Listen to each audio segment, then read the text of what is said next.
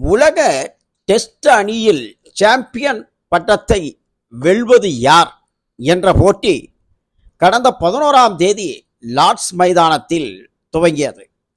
இதற்காக ஆஸ்திரேலியா மற்றும் south Africa அணிகள் களமிறங்கின. இந்த ஆட்டத்தில் ஆஸ்திரேலியா அணி முதல் இன்னிங்ஸில் 212 ரன்னும் இரண்டாவது இன்னிங்ஸில் 207 ரன்னும் எடுத்து ஆட்டமிழந்தது. இதையடுத்து சவுத் ஆப்பிரிக்கா அணி 138 ரன்களுக்கு முதல் இன்னிங்ஸில் ஆட்டம் இழந்து ஆஸ்திரேலியாவை வெல்ல 282 ரன் இலக்காக நிர்ணயம் செய்யப்பட்டது. இந்த சூழ்நிலையில் நேற்று நடைபெற்ற ஆட்டத்தில் ஒரு விக்கெட்டை இழந்திருந்த சவுத் ஆப்பிரிக்கா அணி இன்று தொடர்ந்து ஆடியது. அவ்வணியின் மேக்ராம் 136 ரன் எடுத்து அவுட் ஆனார்.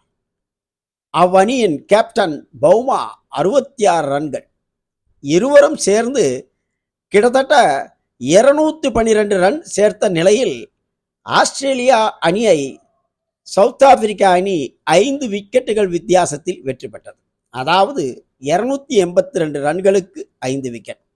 ஆதலால் முதல் முறையாக உலக டெஸ்ட் சாம்பியன் பட்டத்தை வென்றது சவுத் ஆப்பிரிக்கா.